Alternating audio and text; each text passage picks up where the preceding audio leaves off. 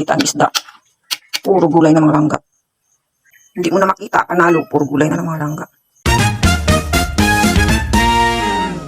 Hello mga langga, inspirayo po muli for today's vlog. Ayan na po ang ating mga ingredients, mga langga, sa ating bagong version po ito ng isda na paksiw with a twist of purple lettuce at saluyot. Tara! So this time, ito po yung mga gulay na mayroon po tayo sa ating table.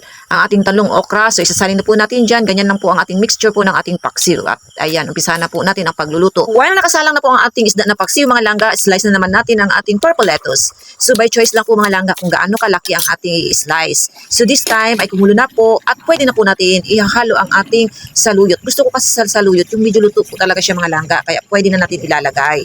So ikaw, na-try mo na ba yung ganito na mayroon pong halong saluyot sa inyong isda na paksiw? Why not try?